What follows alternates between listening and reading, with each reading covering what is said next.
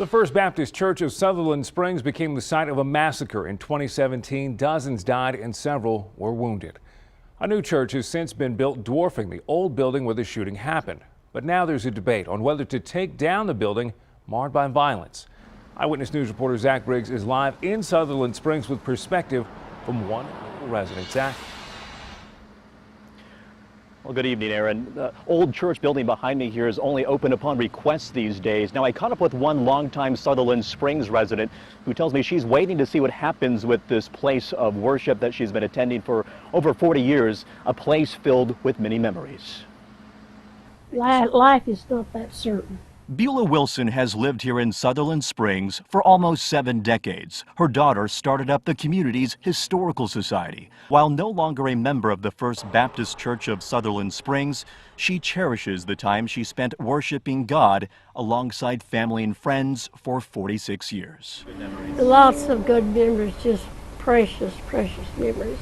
Good ones. And the loving people. One of those fond memories, getting ready in the morning for Sunday service. But all the other kids, by the time I could get out of bed and get dressed, they were in church. The church also evokes dark memories that struck the hearts of this small community in 2017. A sacred house of God infiltrated by a gunman who shot and killed 26 people and wounded 20 others. Well, some of these people are still hurting. They still need prayers.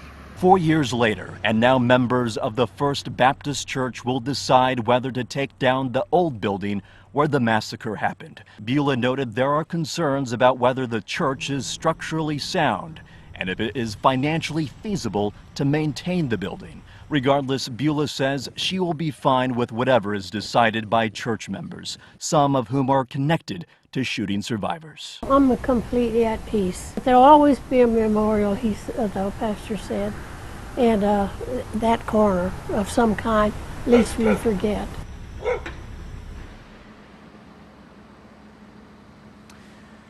So church members will have the option to have their voices heard this coming Sunday about the future of the old church building behind me here. Then August 22nd is when the church members will actually vote on whether to take down this place of worship or not.